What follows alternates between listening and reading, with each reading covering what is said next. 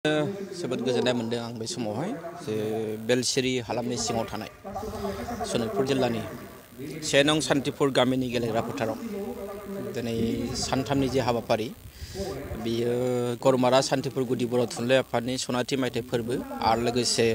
खुंगा 52थि बोसोरसालिया जथुम्मा सनितपुर जिल्ला बर' थुनलाइ आफाद बिनि नैथि सानाव सोलोंथाइ आयदानि सायाव मोनसे सावरायमेल लादों आरो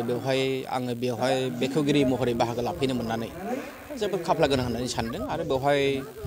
बेखेवनायजों लोगोसे जोंहा फुंखा सुबुं बिथांमोननि जि माखासे बाथ्रा बेखौ जों दायो माने आयदानि सायाव बिथांमोना बिबुंथि लाखिदों आरो आं सानो जे जोंनि समस्याथ' गोबां दङ आरो बे समस्या थानायखायनो जोंहा सावरायनांगौबो गोनांथि दं आरो बिनि सायाव सावरायनायजों लोगोसे जोङो बेखौ माबोरैहाय फोजोबनो हागोन बेनि सायाव सानलायनानै मावनांगौनि माखासे दायित्व जोंहा थाहैबाय बेनिखायनो जोङो बेवहाय बर' थुनलाइ आफादल' नङा जोंहा दायो दुलाराय बर' फरायसा आफादनिबो बेवहाय बाहागो लादों सावरायनायाव आरो बेनि अनगायैबो जोंहा हारिनि गोबां आफादफोर दङ जोंनि जेंना जेंसिखौ फोजोबनांगौबा माबा मोनसे आफादा हारसिं हाया नोंगौ सोरबाया एसे मैखोम बिबान लानांगोन दा बेखायनो जोङो बर' थुनलाइ आफादा लादों बर' फरायसा आफादा लादों जोंनि जेंनाया जिहेतु फरायसालिनि जेंना थाहैबाय बिजोंनि जेंना थाहैबाय जोंनि फोरोंगिरिफोरनि जेंना थाहैबाय जोंनि बिजाबनि जेंना थाहैबाय गोबां जेंना जोंहा दङ आरो बेखौ लानानैनो जोङो बर' थुनलाइ आफाद हिसाबै जों खामानि मावबाय थायो जों सानसेबो जिरायाखै सरकारनो जोङो हानायमानिखौ जों खोन्थादों सरकारा माखौबा मावदों माखौबा मावाखै माखासे जेंनाया सुस्रांजादों माखासे जेंनाया सुस्रांजायाखै खिन्थु बर' थुनलाइ आफादा जों जिरायनानै थाया जों हानायमानि खामानिखौ मावबाय थागोन जे दासिमाव गोबांथार बर' फरायसालिफोराव बेबायदि गुबुन हारिनि फोरोंगिरिफोर थिसननानै दङ बिनि सायाव बर' थुनलाइ आफादा स्पेसियेलि बेबायदि गुबुन राहाफोर माबाफोर लानाय जादों लादों जोङो थारैनो जोङो नैबे फेब्रुवारि दाननि गेजेराव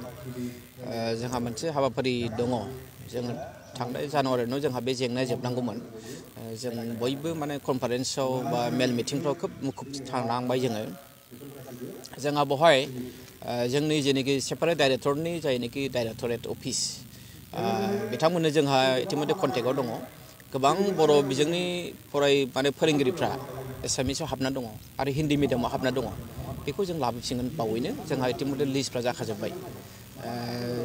जों बेखौ बिटिआरनि बाहेरायाव जायफोर हाबना दङ बेखौ जों बावैनो लाबोफिनगोन जोंहा बे मोनसे प्रसेसआव फैबाय थादों थांनाय समाव माखासे इजिएस फरायसालिफोराव जिर' टिचारावनो गुणोत्सव जालांबाय माखासे फरायसालिफोराव दा बियो उनावबो बेबायदिनो जालांबाय जोबोद दुखु गोनां खोथा आरो नोंथाङा जे सोंदों बे सोंनाया थारैनो जोबोद मोजां जादों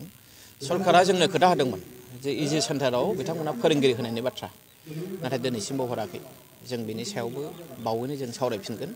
जोंनि बर' बिजोंनि फरायसालिफ्रा जाहाथे जेबो खस्थ' मोननाङा बिनि थाखाय बर' थुनलाइ आफादा